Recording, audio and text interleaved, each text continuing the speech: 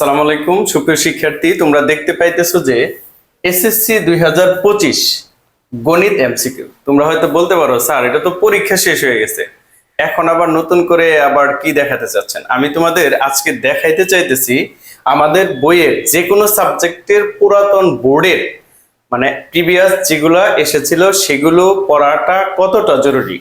এটা তোমাদের আজকে জাস্ট আমি দেখাবো যে কতটা জরুরি ছিল। সায়েন্সের যে বিষয়গুলো রয়েছে ফিজিক্স, কেমিস্ট্রি, বায়োলজি, সেই সাবজেক্টগুলোতে বোর্ড এমসিকিউটা কতটা জরুরি।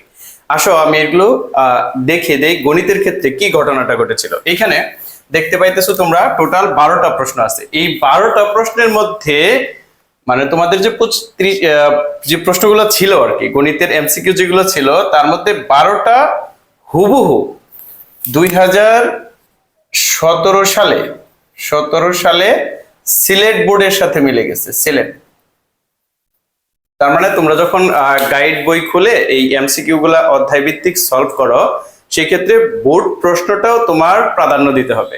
দেখো এখানে যে লগ √5 125 এর মান কত, এটা একদম 1 নম্বরে মিল পাবো। তোমাদের ঢাকা বোর্ডের ক সেটের প্রশ্নের সাথে আমি অবশ্যই মিলিয়েছি, তোমরা অন্য সেটের ক্ষেত্রে হয়তো বা 1 2 এগুলো চেঞ্জ হতে পারে। তারপরে হচ্ছে তোমার এই যে অনুপাতের একটা আসছে, তারপরে সমাধান সেট থেকে একটা আসছে, আর তারপরে হচ্ছে সমাধানের সমীকরণ থেকে আসছে একটা, ধারা থেকে আসছে, তারপর হচ্ছে ত্রিকোণমিতি থেকে আসছে, বৃত্তের ব্যাস থেকে আসছে, তারপর হচ্ছে দ্রব্যমূল্যের লাভ ক্ষতি থেকে আসছে।